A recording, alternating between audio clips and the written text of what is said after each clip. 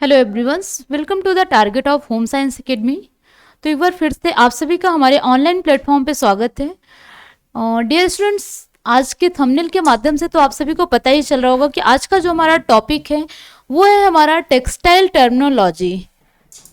Textile terminology, रेशों की शब्दावलियां। अर्थात आपका जब आप टेक्सटाइल को पढ़ते हैं, किसी भी सब्जेक्ट को पढ़ने से पहले आप उसके शब्दावलियों को समझ लेना बहुत ही इंपॉर्टेंट होता है। देखिए, आपका टेक्सटाइल में जो कुछ इसकी शब्दावलियां हैं, कुछ इसका टर्मिनोलॉजी है, आपके एग्जाम के पॉइंट ऑफ व्यू से बहुत ही इंपॉर्टेंट रोल प्ले करते हैं। वो चाहे आपका यूजीसी नेट का एग्जाम हो, टीजीटी पीजीटी का एग्जाम हो, या फिर आपका एलटी ग्रेड का एग्जाम हो, किसी भी एग्जाम के लिए आपके ये ऐसे ऐसे टर्मिनोलॉजी हैं जो हर एग्जाम में पूरे टेक्सटाइल में बार बार वो चीज़ें रिपीट होंगी। तो आप उस सब्जेक्ट को, उस टॉपिक को पढ़ने से पहले आप पहले टर्मिनोलॉजी को देख लीजिए कि आपके टेक्सटाइल में कौन कौन सी टर्मिनोलॉजियाँ आती हैं, कौन कौन से शब्दावलियों का उपयोग किया गया है। इससे पहले हमने एक और क्लास लिया था, टेक्सटाइल ऑफ हिस्ट्री। हिस्ट्री के बारे में हमने आप लोगों को समझाया था, जिसमें आपकी कुछ मानव सभ्यता की अवस्थाएं थी, कुछ उसमें आपके हिस्ट्री के बारे में मैंने आपको समझाया था, कैसे उसका विकास हुआ था, कैसे वस्त्र का कैसे निर्माण हुआ था, वस्त्र को किस तरीके से उपयोग में लाया गया था।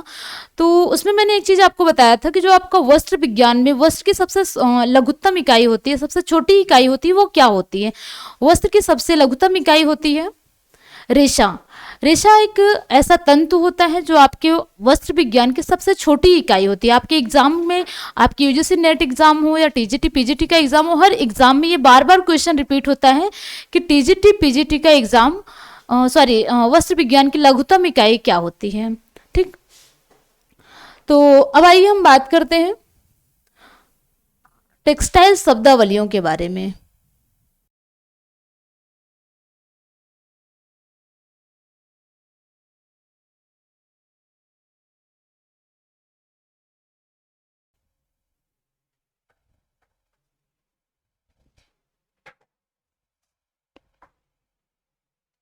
हाँ, अब हम बात करते हैं टेक्सटाइल टर्मिनोलॉजी पे। रेशों की कुछ शब्दावलियां हैं, टेक्सटाइल की कुछ शब्दावलियां।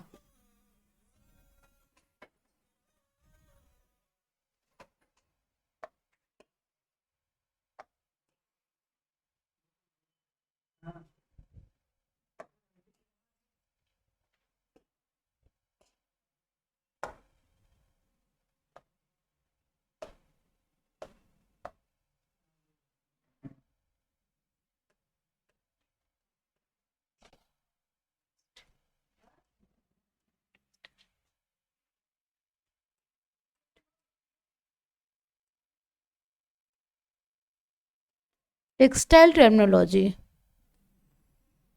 अर्थात आपका टेक्सटाइल की शब्दावलियां, टेक्सटाइल की शब्दावलियां।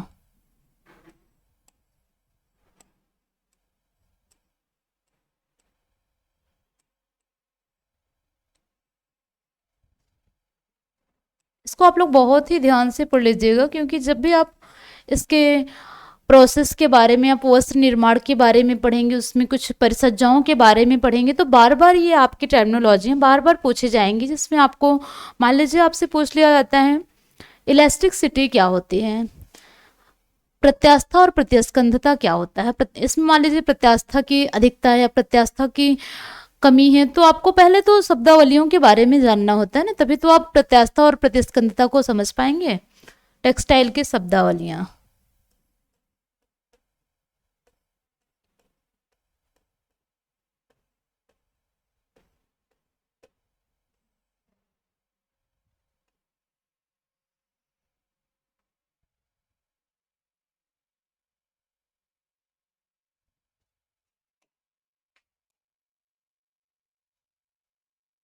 हाँ, इसकी कुछ निम्नलिखित शब्दावलियां हैं, इसकी कुछ निम्नलिखित शब्दावलियां हैं जो आपके एग्जाम में इस तरीके से पूछे जाते हैं, जो आपको स्टेप बाय स्टेप लगाने होते हैं, आपको चरण में लगाने होते हैं, उसको आपको चरण में देखने होते हैं, कौन सा स्टेप पहले आता है, कौन सा स्टेप बाद में आता है। लेकिन अभी आपको चरण नहीं देखना है, अभी आपको सिर्फ शब्दावलियों को पढ़ना है। आगे हम आपको चरण के बारे में भी समझाएंगे। जी हाँ, आगे हम आपको एक एक चरण, कौन सा स्टेप पहले होता है, कौन सा स्टेप बाद में होता है, उसके बारे में भी हम आपको बताएंगे। तो इसमें सबसे पहला जो आपका आता है, सबसे पहले होता है आपका पोर्ट्स। पोर्ट्स मीन्स आपका कोई। कोई क्या होता है? सबसे पहले आपका आता है पोर्ट्स।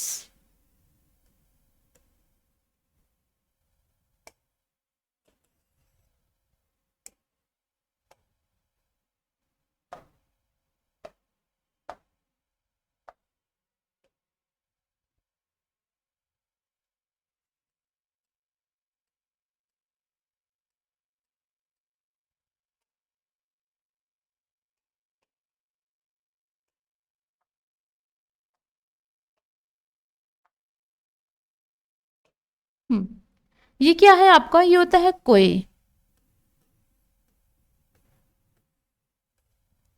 देखिए कोय क्या होता है, यह कपास का पका हुआ फल होता है। यह क्या होता है, कपास का पका हुआ फल है।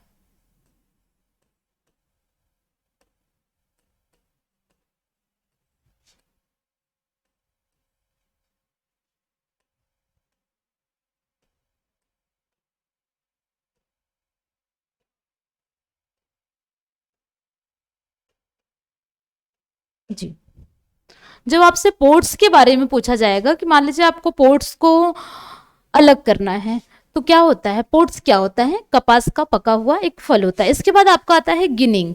गिनिंग क्या होता है, गिनिंग का मीन्स होता है ओटना।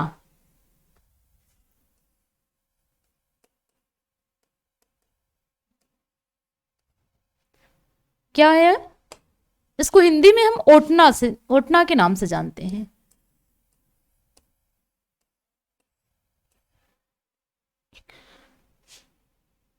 देखिए ओटना मीन्स होता है बिनौलों को बीज से अलग करना। इसमें आपका जो आपका आपको पोर्ट्स मिल गया, जो आपको कपास का एक बीज मिल जाता है, अब इसमें से हम क्या करते हैं, बीज को अलग कर देते हैं और रेशों को हम अलग कर लेते हैं। कपास से रेशों को सॉरी कपास से बीज को अलग कर लिया जाता है, वो आपका क्या होता है, ओटना होता है। बिनौलों को बीज से अलग करना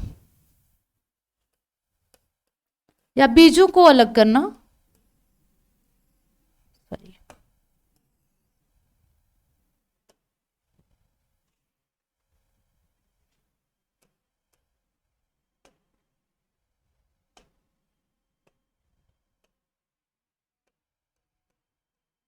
बिनौलों को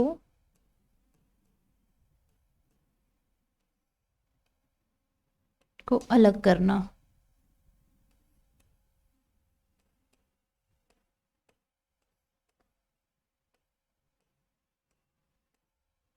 नेक्स्ट इसके बाद आपका क्या आता है, इसके बाद हमारा आता है कॉर्डिंग का प्रोसेस। क्या करते हैं हम, कॉर्डिंग का, धुनाई का प्रोसेस करते हैं। जब हमको कपास मिल गया, कपास से हमने बिनौलों को अलग कर लिया, तो इसके बाद हम क्या करते हैं, उस पर धुनाई का प्रोसेस करते हैं। कपास के रेशों से धूल और मिट्टी को अलग कर दिया जाता है। धुनाई का प्रोसेस मतलब कार्डिंग,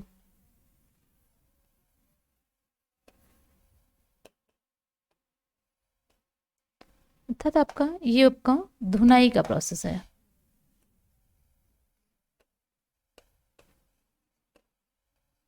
धुनाई करना, इसमें क्या होता है आपको, इसमें जब हमारे पास कपास की प्राप्ति हो जाती है, जब हमको कपास मिल जाता है, तो कपास से हम उसमें धूल कण जो मिट्टियां हो जाती हैं, तो उसको हम धुनाई के प्रोसेस करके उसे धूल कण को अलग कर दिया जाता है। ठीक, नेक्स्ट इसके बाद क्या होता है, इसके बाद हमारा आता है,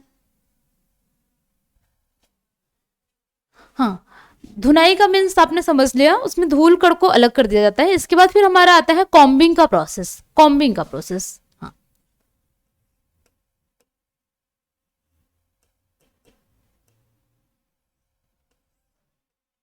कॉम्बिंग क्या होता है, देखिए कि जब आपका एग्जाम आता है ना, आपके एग्जाम में आपसे कॉम्बिंग नहीं लिखा रहेगा, सॉरी कंघी करना नहीं लिखा रहेगा, उसमें आपको कॉम्बिंग ही लिखा रहेगा। एज इट इज आप इसको इंग्लिश में ही समझिएगा तो ज्यादा ही इंपॉर्टेंट रहेगा, क्योंकि हिंदी में तो अक्सर पूछा नहीं जाता, ये आपको इंग्लिश में ही स्टेप लगाने के लिए पूछा जाएगा। तो इसमें आपको कॉम्बिंग का मीन्स होता है, हम अपने बाल को क्यों कंघी करते हैं, क्योंकि उसे हम एक समांतर रूप में लाते हैं। जब हम अपने बाल को कंघी करते हैं तो इसमें क्या होता है कि बाल एक दूसरे से उलझे हुए होते हैं, तो उसको जब हम कंघी कर देते हैं, कॉम्बिंग कर देते हैं, तो बाल एकदम समांतर रेखा में आ जाता है। छोटे बड़े रेशे फिर अलग अलग हो जाते हैं। हाँ, रेशों को समांतर रेखा में लाना, रेशों को समांतर रेखा में लाना।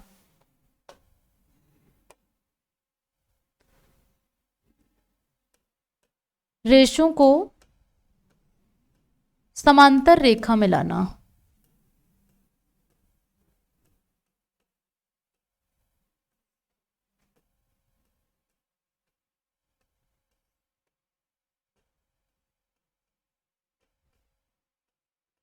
ठीक है, नेक्स्ट इसके बाद आपका आता है, इसके बाद हमारा आता है पोनी बनाना, सिल्वरिंग का प्रोसेस। ठीक है, सिल्वरिंग का प्रोसेस।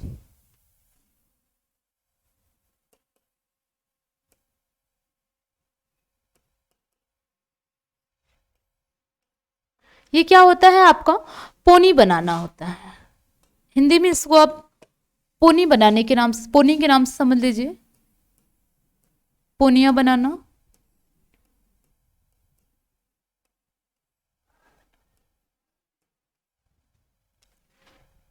हाँ, जब हम रेशों को एक समांतर रेखा में ला लेते हैं तो उस पे, उसके बाद हम क्या करते हैं, उस सारे रेशों को फिर हम एक पोनी बना लेते हैं, लपेट लिया जाता है, किसी एक रील टाइप का वो होता है, उसमें हम पूरा उसको रेशों को एक चारों तरफ से लपेट देते हैं, बाइंडिंग कर देते हैं। तो हमारा क्या होता है, वो हमारा होता है सिल्वरिंग का प्रोसेस। इसके बाद होता है नेक्स्ट, इसके बाद होता है स्पिनिंग। स्पिनिंग मीन्स क्या होता है आपका, कताई का प्रोसेस। जब हमको पोनी के रूप में प्राप्त हो जाता है तो फिर उस पर क्या करते हैं, हम उसको छोटे बड़े रेशों में जिस तरीके से हमको जरूरत होती है, अपने जरूरत के अनुसार हम उसको फिर कताई का प्रोसेस पे करते हैं।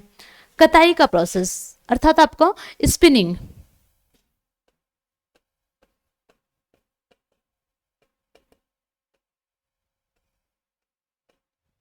ये क्या होता है आपका, कताई का प्रोसेस होता है।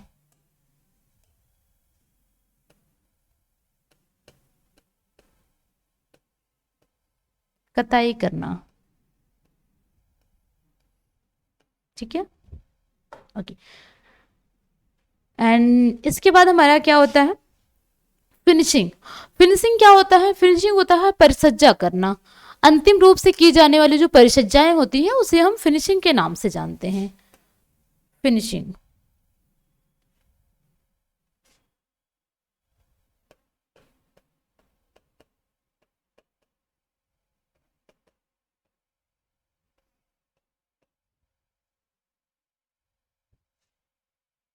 परिसज्जा, ये क्या होता है आपका, ये आपका परिसज्जा करना।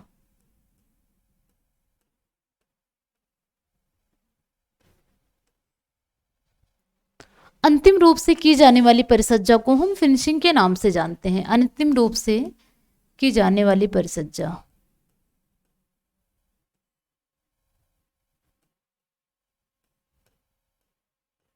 अंतिम रूप से की जाने वाली परिसज्जा।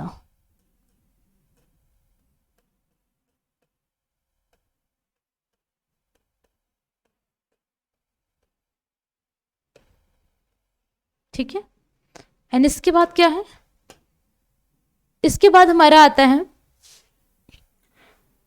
श्रिंकिंग का प्रोसेस। क्या होता है हमारा, श्रिंकिंग का प्रोसेस। श्रिंकिंग अर्थात सिकुड़न का प्रोसेस। जब हमें उस पर कुछ परिसज्जाएं, ये जो आपके अंतिम रूप से की जाने वाली परिसज्जाएं हैं, इसमें आपका कुछ ऐसे केमिकल होते हैं, कुछ केमिकल के द्वारा, ब्लीचिंग के द्वारा, कुछ ऐसे उसमें टाई एंड डाई के माध्यम से हम उस पर परिसज्जाएं करते हैं। जब हमको एक वस्त्र समतल रेखा में प्राप्त हो जाता है तो उसमें बहुत सारे तरीके, बहुत सारी परिसज्जाएं की जाती हैं, विभिन्न प्रकार की परिसज्जाएं होती हैं। उसके बारे में हम आगे आपको बताएंगे कौन कौन सी परिसज्जाएं की जाती हैं और कैसे की जाती हैं परिसज्जाएं। इसके बाद जो आपका प्रोसेस होता है, एक आपका होता है इसमें श्रिंकिंग का प्रोसेस। जब हमें कपड़े मिल जाते हैं तो कपड़ों पे क्या होता है, हमको ऐठन देना होता है, उस पर सिकुड़न दिया जाता है। ठीक है, सिकुड़न या ऐठन दोनों एक ही चीजें होती हैं। श्रिंकिंग का प्रोसेस,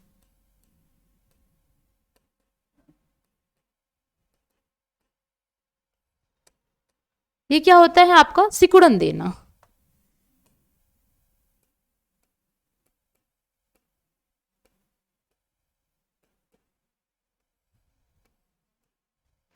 कपड़े जब प्राप्त हो जाते हैं तो उस पर हम सिकुड़न देते हैं। ठीक है, नेक्स्ट इसके बाद आता है,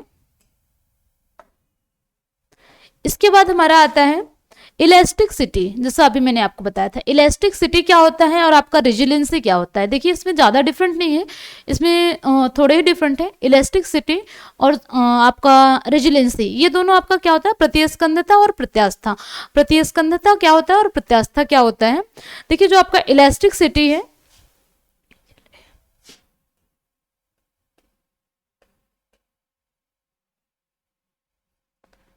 इलास्टिसिटी मीन्स आपका क्या होता है, प्रत्यास्था। ये क्या है आपका, प्रत्यास्था।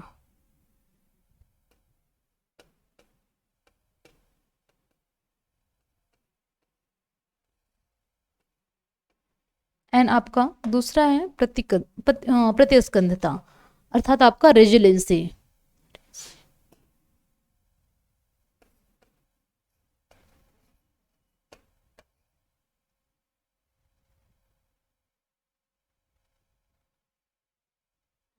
कोई बात नहीं, दूसरा ले लेते हैं प्रोसेस।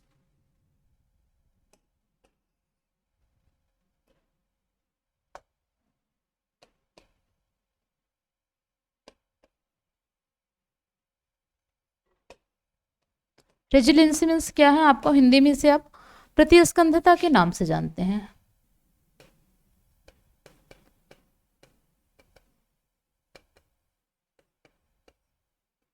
देखिए आपका प्रतिस्कंदता और प्रत्यास्था ये बहुत ही इंपॉर्टेंट होते हैं।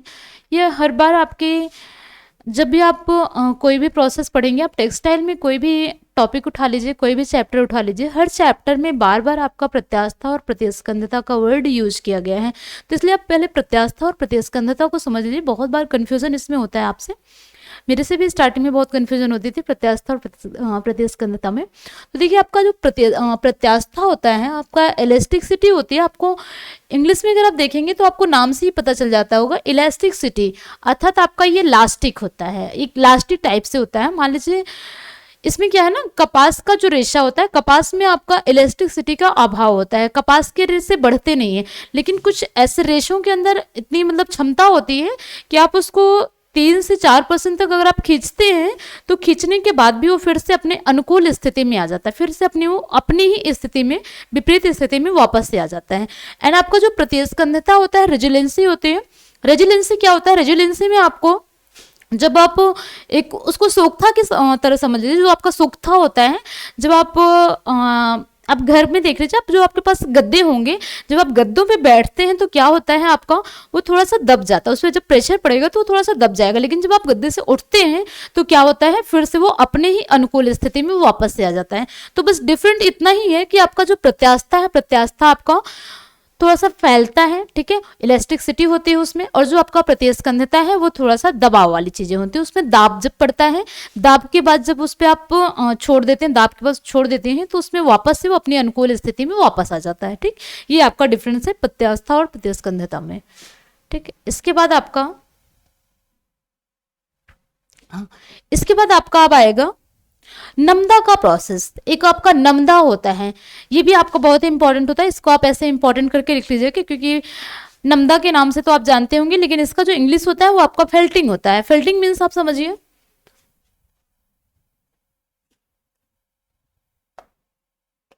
फेल्टिंग क्या है,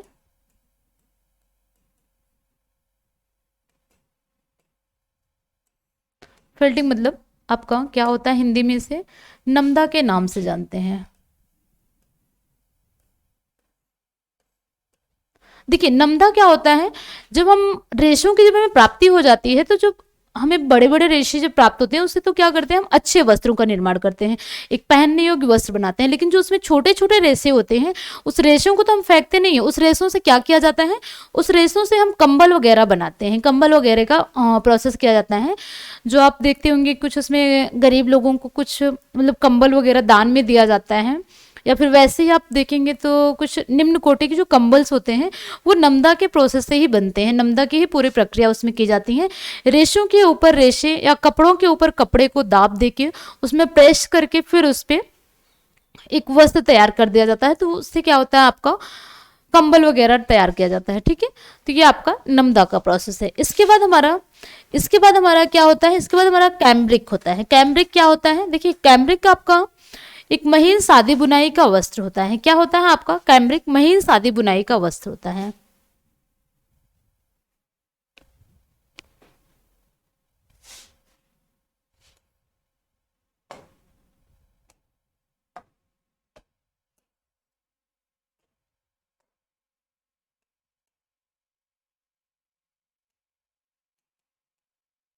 कैम्ब्रिक क्या है आपका?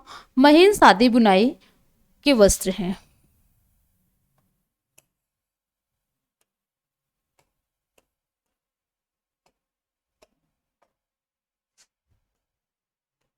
ये आपका महीन सादी बुनाई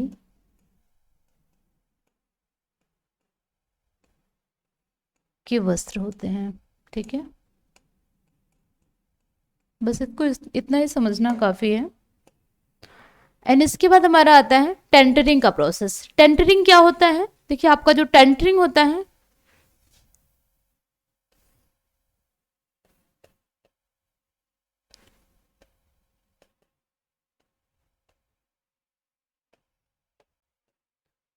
टेंटरिंग क्या होता है? वस्त्र की चौड़ाई में समानता लाना।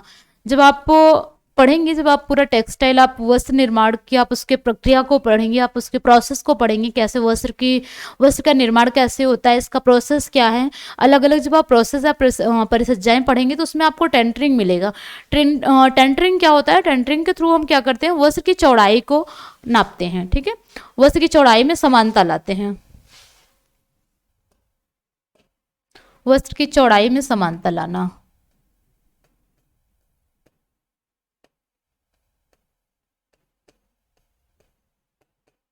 वस्त्र की चौड़ाई में समानता लाना।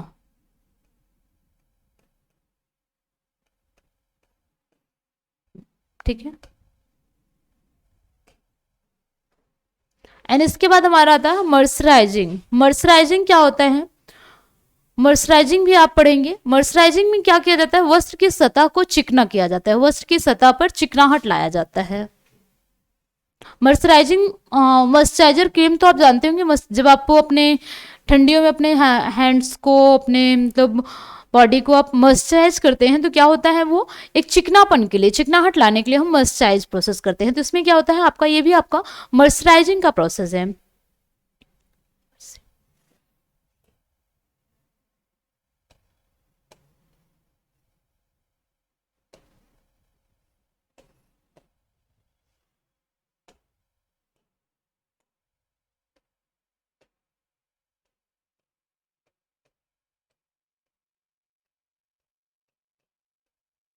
वस्त्र की सतह पर चिकनाहट लाना।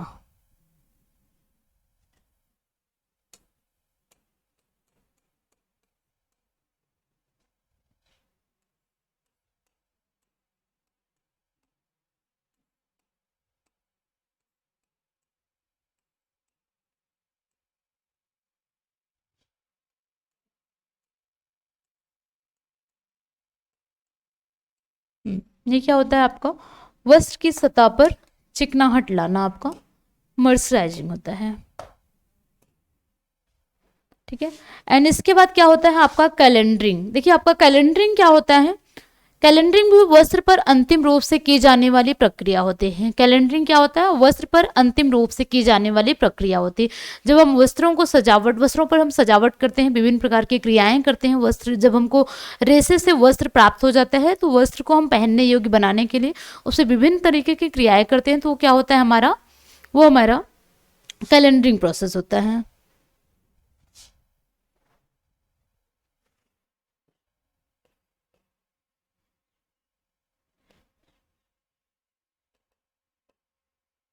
ये क्या होता है हमारा? कैलेंडरिंग है।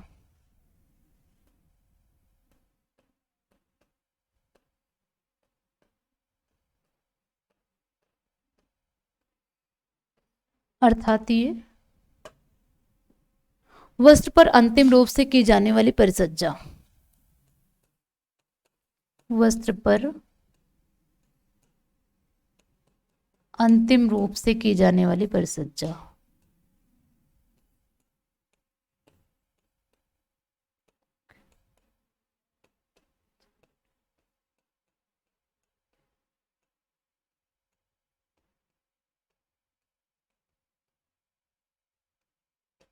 ठीक है, ये कुछ आपकी शब्दावलियां हैं जिसको एज इट इज आप चाहे तो नोट डाउन कर सकते हैं या फिर आप ऐसे देख लीजिए एक बार, ठीक है।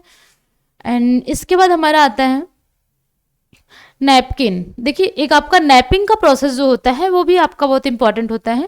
जब हमको वस्त्र मिल जाते हैं तो वस्त्र पे क्या करते हैं, कुछ ऐसे वस्त्र होते हैं उस पे पहले तो वो एकदम समतल होता है, बिल्कुल भी एकदम सॉफ्ट होता है, ठीक है।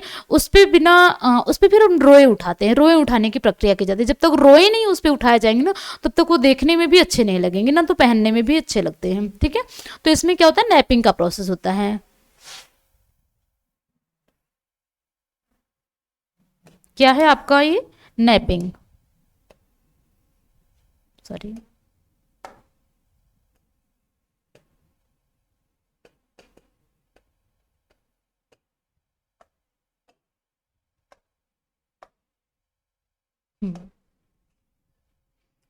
वस्त्र पर, वस्त्र की सतह पर रोएं उठाना,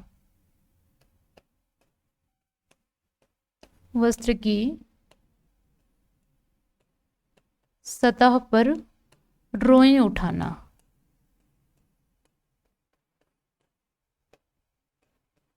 ठीक है।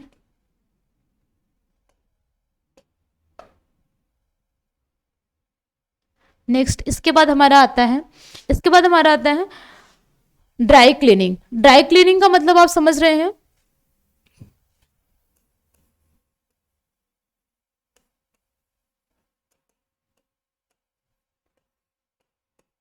ड्राई क्लीनिंग अर्थात आपका शुष्क धुलाई होता है। ये क्या होता है, आपका शुष्क धुलाई है।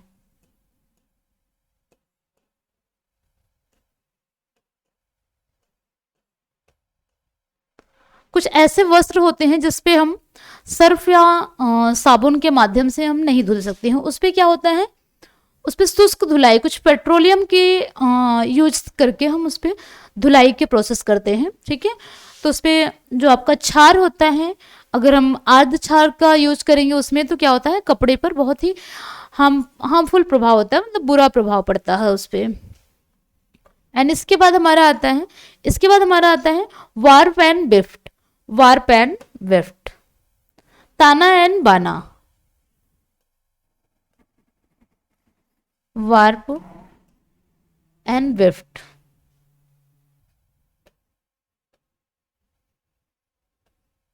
ये आपका क्या है, ताना एंड बाना। आपने सुना होगा ताना एंड बाना।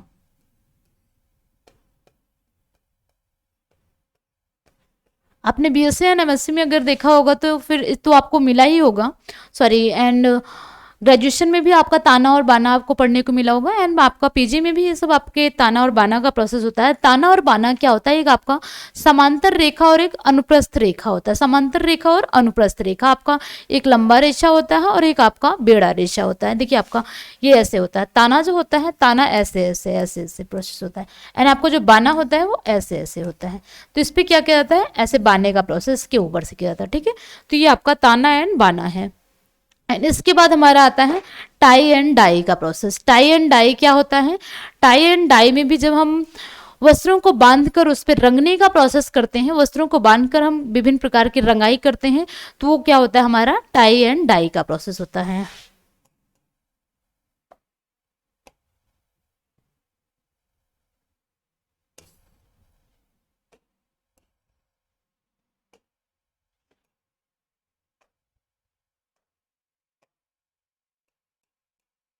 टाई एंड डाई,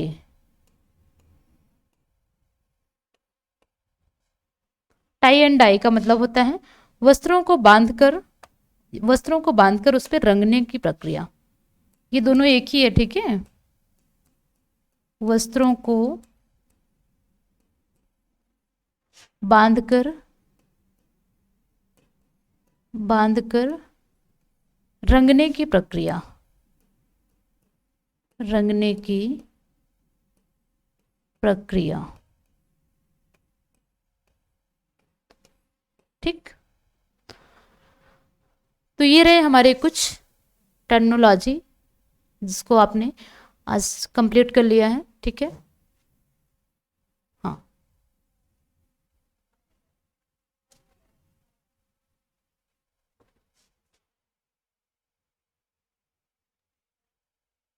ठीक है। तो आपने सबसे पहले देखा है पोर्ट्स। पोर्ट्स आपका क्या होता है, या कपास का पका हुआ फल होता है। एंड इसके बाद आपका गिनिंग का प्रोसेस मतलब ओटना। एंड आपका कॉर्डिंग, धुलाई धुनाई करना, धुनाई के थ्रू आप उसमें गंदगियों को निकालना। उसके बाद आपका आता है कॉम्बिंग का प्रोसेस मतलब कंघी करके रेशों को समांतर रेखा में लाना। एंड इसके बाद आपका सिल्वरिंग का प्रोसेस मतलब पोनी बनाना। एंड फिर आपका आता है स्पिनिंग है, कताई करना। फिनिशिंग है आपका अंतिम रूप से की जाने वाली परिसज्जा आपका फिनिशिंग होता है। एंड श्रिंकिंग का प्रोसेस है, अर्थात आपका उसमें सिकुड़न देना, रेसों में सिकुड़न देना। एंड इसके बाद आपका आता है इलास्टिसिटी एंड रेजिलेंसी, आपका प्रत्यास्था एंड प्रतिस्कंधता। एंड इसके बाद आपका आता है फिल्टिंग का प्रोसेस, नमदा है आपका, कॉम्ब्रिक है, एंड आपका टेंटरिंग है, मर्सराइजिंग है, कैलेंडरिंग है, एंड आपका नैपिंग है। उसके बाद आपका टाई एंड डाई है। ठीक है, तो ये सारे हैं आपके, ये क्या है आपके टेक्सटाइल टर्मिनोलॉजी, ये आपके रेशों की शब्दावलियां हैं। आपके वस्त्र विज्ञान के सबसे इंपॉर्टेंट, सबसे मोस्ट इंपॉर्टेंट टॉपिक्स आपका यही होता है। जितना आप पूरे आप अपने 10 टॉपिक्स को, आप अपने 10 चैप्टर्स को ले, जितने आपके इसमें आपका जो टेक्सटाइल है, ये आपके जितने भी इसमें यूनिट है, हर यूनिट में, हर टॉपिक में, हर चैप्टर में बार बार ये वर्ड आपसे पूछे जाएंगे, बार बार ये वर्ड आपसे रिपीट कराए जाएंगे।